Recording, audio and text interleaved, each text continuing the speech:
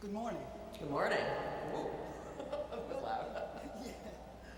Let me first, for the purposes of our web audience, reintroduce Ms. Tchen, who is Assistant to the President and Chief of Staff to the First Lady, as well as Executive Director for the Council on Women and Girls for the White House.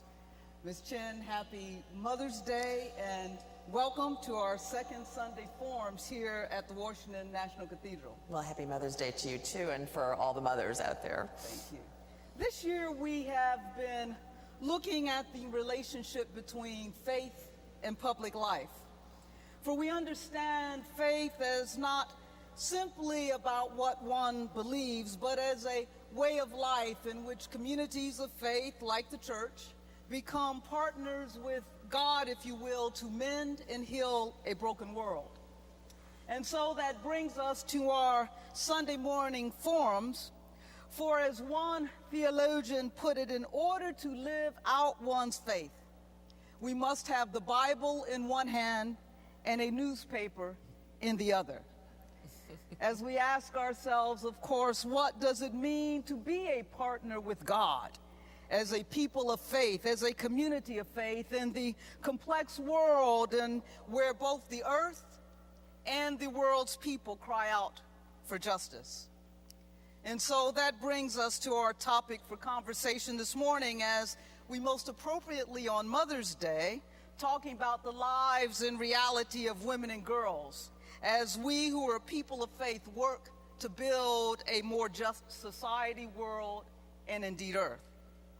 So let us begin by talking about the upcoming summit on the state of women. In June, as Reverend Cope just told us, the White House is sponsoring a summit, the United State of Women, to celebrate what women have achieved, at the same time recognizing that there is so much more work left to be done. So could you, Ms. Tchen, tell us about that summit? Well, thank you. Thank you, Kelly. Yes, I mean, it is June 14th. It is called the United State of Women. It is intended, as Jan laid out, to cover the broad range of issues affecting women and girls, around, not just here in the United States, but around the world. So that roughly the topics will be on education, on economic opportunity, entrepreneurship, health, violence against women, and leadership and civic participation. We very much want to cover both the domestic and the international dimensions in all those issues, because one of the things we found at the White House over the last 7.5 years is everyone comes to us in each of these areas.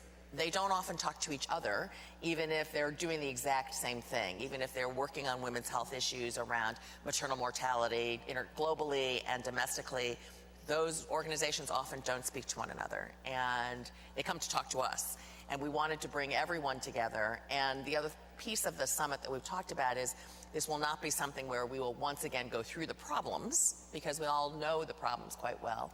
We want to feature the solutions and really have breakout sessions that are called solution seminars to really showcase what is being done on big scales, but also some things that are being done at the grassroots and promising practices that everyone can share.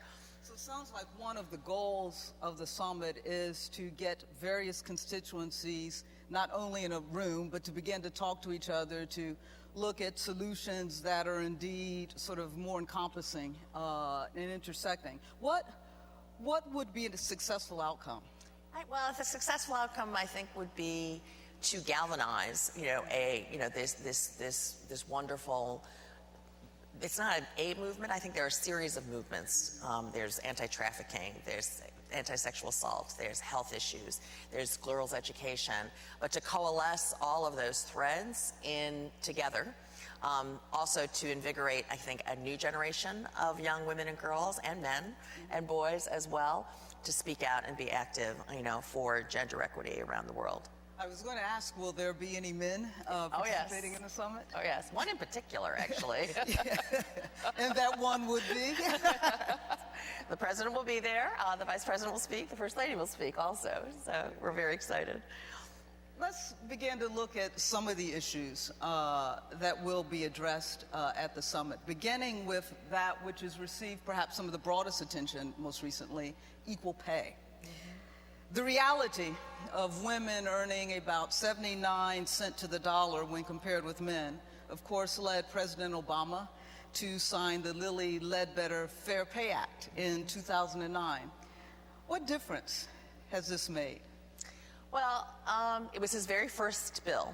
He signed it less than a week after he was inaugurated.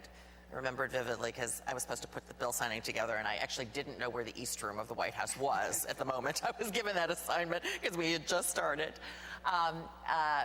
And it was important to him, and he speaks about it often, and we just celebrated the anniversary of it, because it was important to him to make a statement both about equal pay and women. But remember, it reversed what was a clear signal about the Lilly Ledbetter Fair Pay Act was it reversed a decision by the Supreme Court that had overturned a long-standing rule of precedent that allowed women to bring, or men too, anyone who suffered wage discrimination on the basis of gender, to bring a claim when you first learned about it, no matter when your first short paycheck had happened. And the Supreme Court overturned that and said, oh, no, you had to bring suit. And in Lily's case, it had been years that she had lesser pay than her men. But guess what? She didn't know about it because no one told her, because there's pay secrecy. And so that bill really just overturned that piece. It was an important signal. It was a very narrow step, though, I will say, and we all acknowledge that it was one piece. The president then moved on to try to work with all of the advocates to pass the Paycheck Fairness Act. We've tried several times, including getting 58 votes in the U.S. Senate, its most recent vote a few years ago, and yet not a single Republican voted for it. And it only needed 2 more votes to get to 60. I like to sometimes say only in the United States Senate is getting 58 out of 100 not success, but it's not success because we needed 60 votes. And we didn't, and we continue to. And what that would have done is eliminate things like pay secrecy and require, and eliminate the practice that exists in a lot of employers to actually discipline and fire workers who talk about their pay. It's not only do they keep the pay secret, they actually discipline people who share information about their pay. Lilly found out about her pay discrepancy with an anonymous note because, in fact, her coworkers were afraid to talk about their pay. So there's a lot more that we need to do to really achieve, equal pay. And let's remember, it was President Kennedy that signed the equal pay law into federal law in the first place. And so it's been, over 50 years, and we still haven't achieved it. Let me follow up on something you said, and that is that, of course, you did not get the 60 votes that were required. It seems that on the face of it, most people would agree, yes, there should be equal pay. What do you think is preventing people from implementing that? Well, you sort of have to ask our colleagues on the other side of the aisle. But I will say, many of the arguments are small business and regulation. It's the things that you often hear. I think that you will find employers increasingly now coming around to realize that implementing things like equal pay, like paid leave for their workers, for family leave, for new babies, for sick relatives, for sick days, for personal illness. We have 41 million workers in this country that don't have even paid sick days. These are often hourly workers, so they're making the choice whether to come and serve you your food while sick or lose their jobs.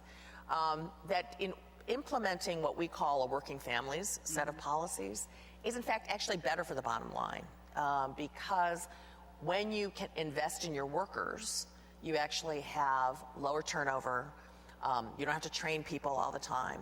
I talked to a small businesswoman who runs a restaurant, and I said, how do you do it and afford it? She said, look, one of the biggest things in the restaurant industry is not only turnover, but employee theft and injury and getting sued for workers' comp. My workers don't do that because I invest in them. And I think more and more workers, you see big companies like Mark Benioff at Salesforce, who recently, his two senior women came to him and said, we think there's unequal pay. And he's like, of course not, there's not. But he did a study, and they found out that yes, indeed, they were paying, unequal salaries for the same jobs. He spent $3 million to bring everything up, to par, but has seen, he says, that benefit come back to him, multi times. Because his workers, see that investment being made in them, and they're more willing themselves then to invest back in the company. Now, there are also those on the sort of the other side who say that the statistics in terms of equal pay don't tell the whole story. Because they say that when you adjust for work experience as well as the type of jobs, you've heard this argument, I can see, right, that the gap is really only 8%. Right. First, I would say, what would you say to them? One easy answer is 8% is already a gap, already a problem. right? But we have looked at multiple studies, and there are a lot of reasons, and there is also gender, segregation in occupations. But it's startling. I mean, if you look even at your most highly educated, highly compensated professions, medical profession, business schools, graduates, and you chart those. So you would argue that business school and medical graduates have the same education, so you've controlled for education. Like they have the same, they will start out in the same kinds of jobs. And you see, fairly shortly, within about 5 or 6 years after they start their jobs, the divergence start to happen. Even in those, highly paid professions where you think that you're controlling for education and experience. So there's actual discrimination that's going on. There's also, when we talk about the Working Families Agenda, we also realize achieving true pay equity across the board does require also recognizing that women, more often than not, bear the burden of family responsibilities. That as that divergence happens over time, it's happening if you're 5 or 6 years out of professional school at the moment where women are having to make the choice, families are making the choice on whether to have children or not, and who's going to take on the child care responsibilities. And women often have to make the harder decisions, which is why we also support paid leave. We also support flexible work schedules. I mean, I constantly say, we oftentimes structure work 9 to 5, punch in, punch out, in the same way that work was designed not at the start of the last century, but the century before. This is an industrial revolution set of hours, that were set up. We're in the technology age. You can telework. You can do all sorts. You can, write out emails at 11 o'clock at night after your kids have gone to bed. That's what I used to do. But you can do all these things and be as productive as you are sitting at your desk from 9 to 5. Let me go back a little bit to this question of women earning only 79 cents to the dollar as men do. We know that statistic generally reflects white women, because when we began to talk about women of color, they're earning even less. African American women are earning 63 to 66% to the dollar. Alaskan Native women, 59%. Latino women, 54% to the dollar. So it seems that the depth of the pay inequality is really seen in the faces and lives of women of color. Yet, the face of the issue of equal pay has typically not been women of color. Will the summit address that, and how will it help us begin to change the face of women? No, very much it will. And we have tried, through, and I have to give Secretary Perez at the Department of Labor a lot of credit for this too, because he has very much focused on low-wage workers, hourly workers. Secretary Solis before him did the same. She did a whole summit on nail salon workers, where Asian women actually are suffering, not just wage discrimination, but a lot of OSHA violations on the kinds of chemicals they use. We have, cab drivers, the kinds of occupations that, women of color frequently find themselves in. Home health workers. We just issued a new rule to bring home health workers under the fair wage and hour regulations, where they weren't before. And, we need to start recognizing these jobs and providing the protections for them, but then also providing pathways up. So the other thing we know is that for example, African American women are terribly underrepresented in the STEM fields. So 3% of STEM jobs are held by African American women. Those are the jobs of the future. Those are the high-paying jobs of the future. So, we at the White House, I'm really proud of the work our Office of Science and Technology Policy has done on extending STEM education broadly, starting very young. Getting STEM education into schools. That's why we hold the science fair every year at the White House and try to celebrate kids who are going into the science fields, and especially kids of color. Black Girls Who Code is one of our favorite organizations that we've had come in. They actually taught the president how to do a line of code. So we need to really address the inequities that are happening in schooling even, and what classes kids are taking and what pathways they see for themselves. I want to look at educational opportunities in a second, but I want to stay with this for just a moment and broaden this picture of women and begin to talk about women in the global context. Because, of course, recent statistics suggest that women's unemployment accounts for, 3/4 of the global job deficit. Why should this be of particular concern to us?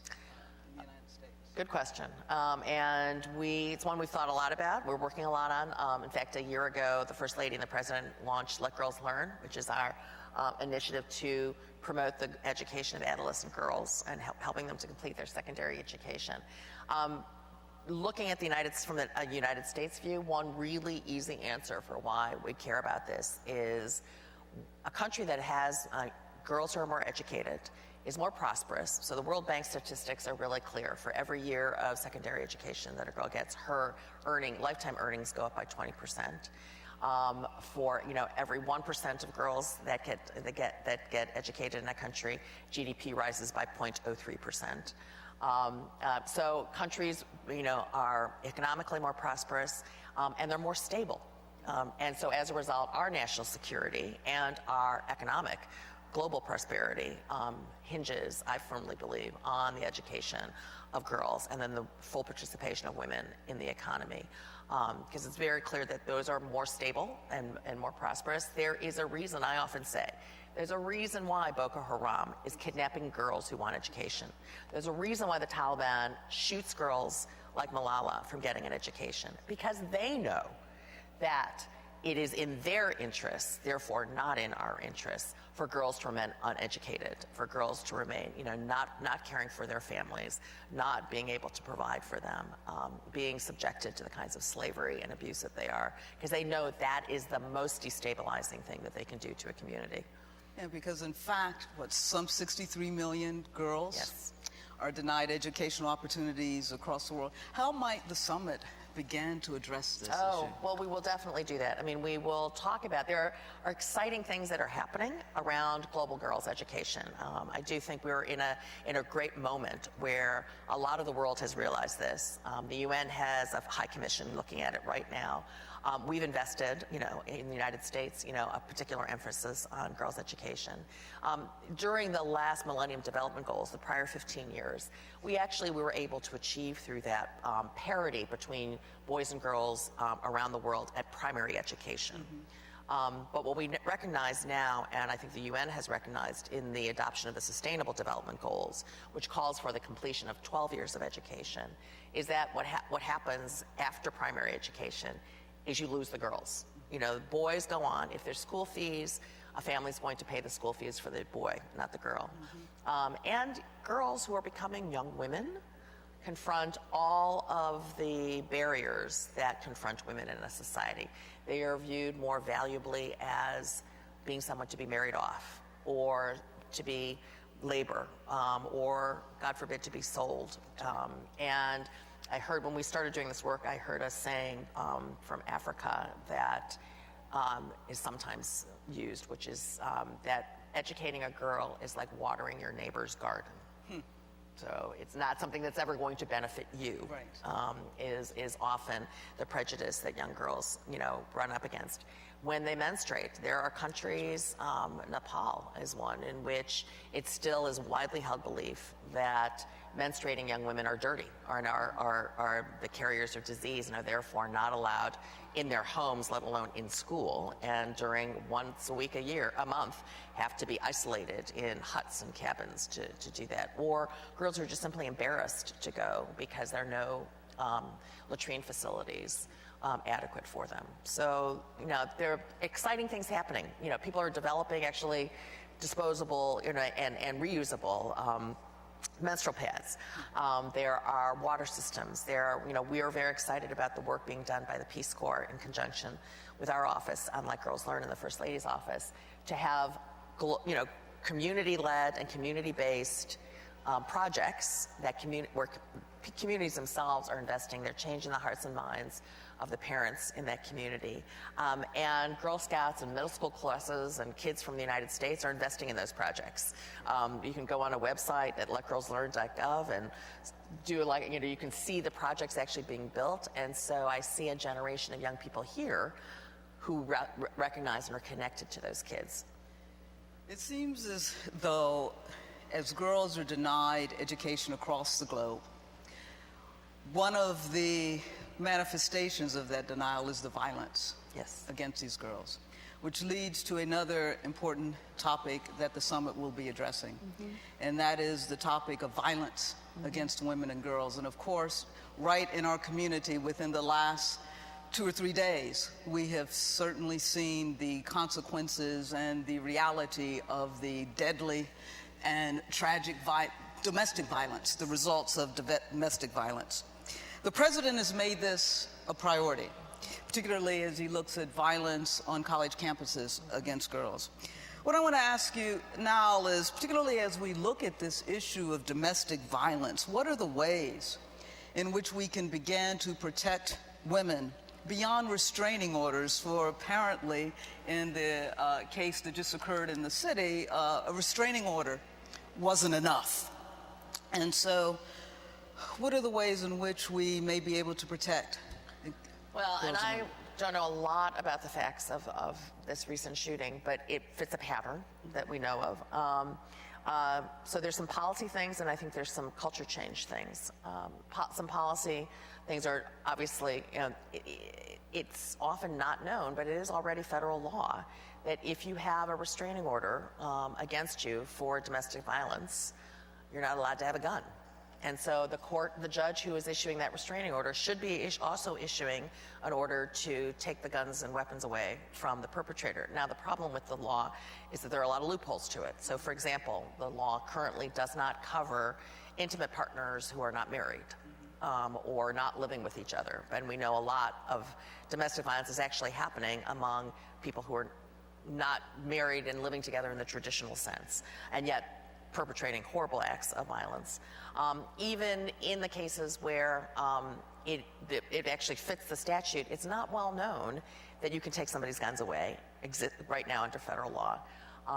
And so we need to do better about making sure that happens. And that's some of what we have talked about in the various gun violence initiatives the president and the vice president have been pushing out. We need to do better, and I'm really proud of our Housing and Urban Development agency that has issued rules prohibiting landlords from discriminating against domestic violence victims, because that's also what used to happen is if you were the victim of domestic violence, you were clearly disruptive to even in a public housing setting, and you were evicted, and therefore that just exacerbates the problem rather than the perpetrator. And so there's a whole series of those things. We need to fund our shelters better, and we've tried to do a much better job of that at the federal level, but we need states and local governments to step up. And I'm from Illinois, so I know right now, for example, the Illinois shelters are operating in an environment where there has not been a state budget since just June 30th of last year. So they are all really right now in extremis on services.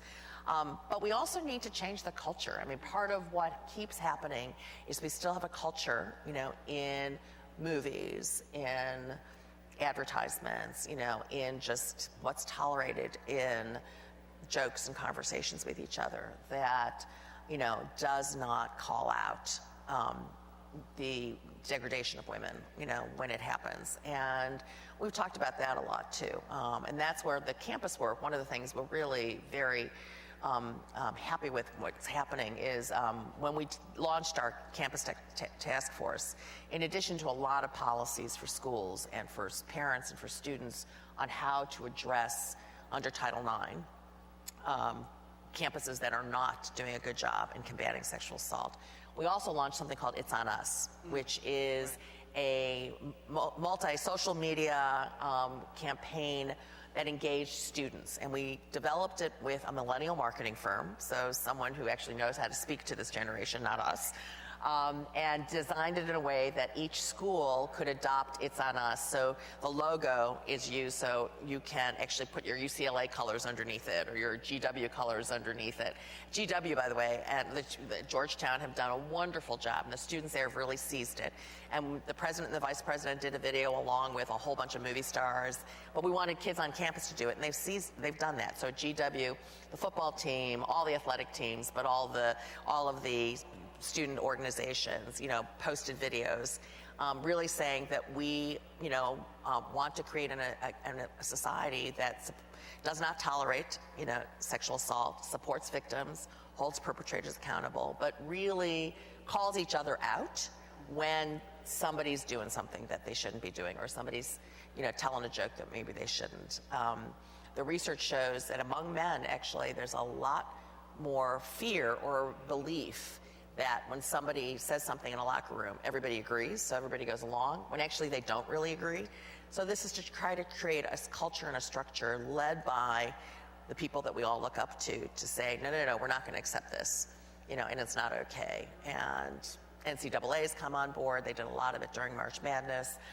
It's been a really exciting thing to see the young people seize on it, which gives me hope that with those young people, we can try to create a new attitude. You answered one question that I had in mind, and that was the role of social media, not only in perpetuating the violence, but perhaps also changing the culture. But it leads me as well to another question, particularly as we sit here in the National Cathedral. What's the role of faith communities? Because we know too often it are our churches that are very reluctant to address this issue of domestic violence in particular, and that oftentimes when churches do address the issue, they address it in such a way as that they re-victimize the woman for various reasons, some of the beliefs that churches may hold in relationship to. And the Bible, that's what the Bible says. There's a whole alternate way to view the Bible. And you know this much far better than I do, that, the Bible, the many ways in which Jesus, the many ways in which God, has lifted up women. And I'm always thinking about it every Easter when it's the women at the tomb. And we don't talk about it enough that it was the women at the tomb. And it was the women who had the faith, and it was the women who had the courage. The men all ran away. Let's get real, right? The men all ran away. The women are the ones who stayed there. And it's kind of like buried in there, in the passage, and then they move on, and he's going, go tell the disciples, that I'm here, and then they don't believe her, and then but that's a whole core thing about how central women are to our faith, and we don't celebrate it enough. We don't lift it up. We don't use it enough as a faith-based justification for why we should be about these issues. Yeah, as you were talking about the women at the tomb, it reminded me of what Sojourner Truth said long ago, that it was a woman and God that was responsible for Christ. Men didn't have anything to do with it. It's true. The original teenage, pregnant. That's right. Unmarried mother. Turn the world upside down, and so women, she said, together could turn it right side up again. Right. And so we hope. And one of the reasons in which we are doing this series here and looking at faith and public life is just because of what you said, trying to get us to understand the intricate connections between faith and social justice, faith in these issues such as gender inequality, racial inequality, domestic violence, etc. Let me ask one more question in this regard. One of the issues that I don't see the summit addressing is the issue of incarceration and incarceration rates when it comes to women. We often think of that, of course, in relationship to the issue of racial inequality, and particularly when we talk about African American males, and certainly African American males are grossly disproportionately a part of the criminal justice system. But the rate for women has also increased tremendously, over 600 and some percent more than men within a 20-year or so period. Of course, African American women, again, are 3 to 4 times more likely than white women to be incarcerated. Latina women are 1.5 times more likely or so to be incarcerated than white women. Why is the summit, or is the summit not addressing this? Oh, okay. It is. So, I mean, it sort of, there were 6 large buckets that I ticked off, but it will most definitely, and it is an essential part of the whole criminal justice, reform effort that the president has been leading, around, you can see it in the commutations that he's making for nonviolent offenders. We are making a very large push around sentencing reform around nonviolent offenders. We recently released the Justice Department, after several years of putting it together, recently released a gender-based policing guidance for state and local and federal police agencies on how to approach the variety of ways in which you need to approach, gender-based crimes, or women as both accused and as victims.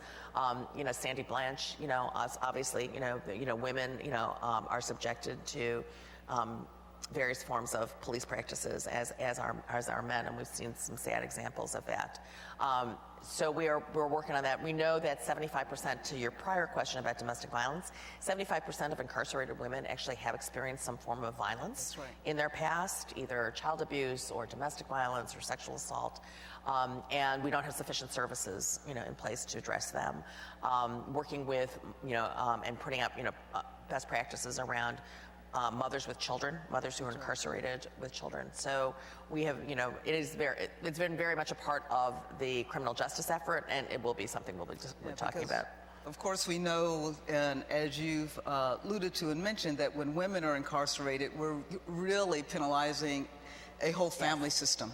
Yes. And even when those women return to their communities, they oftentimes are denied federal services, food stamps, housing, et cetera. And so will there be ways to begin to address these issues? I mean, the president's already, and not as, don't have all of the, but we are looking at a whole range of ways in which we can make, within the statutory authorities we have, make sure that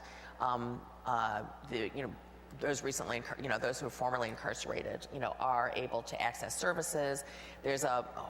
We've done what we can in our personnel system to, sort of flip the paradigm where, instead of asking first about criminal past and then never talking to a prospective employee again, that you ask all the other questions first, and then make a judgment, and being, much more deliberative, and have it really relate to the job in front of you about whether someone has a criminal past or not. There was recently, last week, a gathering at the White House encouraging companies to join this ban the box, as we call it, to ban the little checkbox around criminal past, which right now is being used to just blatantly across the board screen people out, even for jobs that have no relation to someone's, juvenile, drug history, and to get companies to sort of flip that around. And I'm happy to say, I mean, as with a lot of these initiatives where we've been unable to pass federal legislation, a lot of companies, because it is in their best interest to do this, are stepping up, and doing this, doing paid leave, doing a lot of other things. Good. Now, as we come to a close, I can't let you out of here without talking about the current political situation. Right. Well, there's only so much I can say, Kelly. Right, exactly. Well, let me see if I can get you to say just a little bit. Right. One of the things that it seems that Secretary Clinton's candidacy for the president seems to have revealed is indeed a generational gap a generation gap amongst women when it comes to perceptions regarding gender and social issues. Can you speak to this, and will the summit be, and it sounds as if it will be, attentive to these generational differences? So I really can't speak about any campaigns as a federal employee. I will say, though, on the general topic, first of all, the summit is intended to, as I sometimes describe it, we'll have icons of the movement there, as well as young women starting out, because I do think that there's a lot to be transmitted generationally here. So we do have, young women who are now, a majority of college graduates. So their college experience is very different than probably you and I had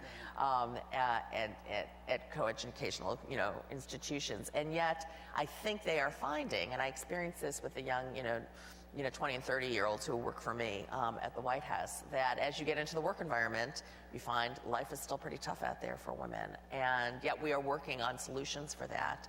And I think getting young women to see the long range of their lives and understand how that personal is connected to the political. One of the things that we find is really hard, paid leave was a good example of that, is a lot of the polling when we started doing this work in 2009, 2010, showed that although people thought, yes, they were struggling with childcare and thought paid leave would be great, but didn't think it was a public policy issue. I mean, a lot of these issues feel to people like I should just be able to figure out, and it's between me and my husband and my wife and my, boss on trying to how to figure this out. It's a personal thing. It's not a political thing.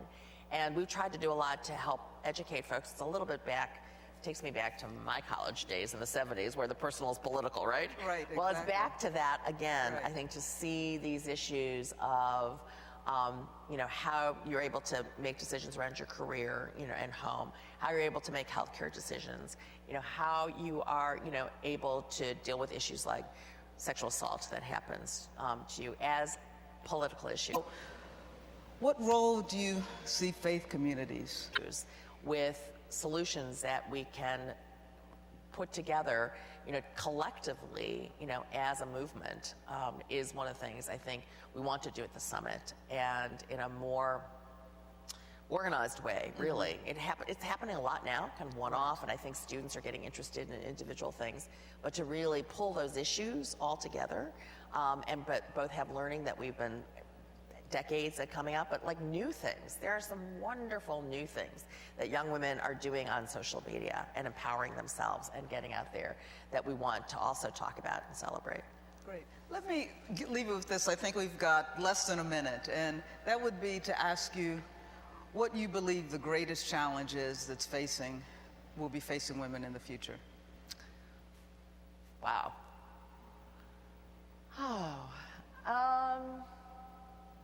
Yeah, that's hard. The greatest challenge. Is it the personal, the political, bringing it together? I think so. I guess the greatest challenge, which is true for any social movement as you're moving forward, is complacency. And we even experienced it, for example, in 2009. The president talks about this a lot. Oh, he got elected. Okay, we're going home. And you go into the midterm elections and nobody shows up to vote. And as a result, we're not able to do things in Congress anymore. And that kind of complacency, every time you reach a milestone, That's right. everybody going home and saying, well, all right, done,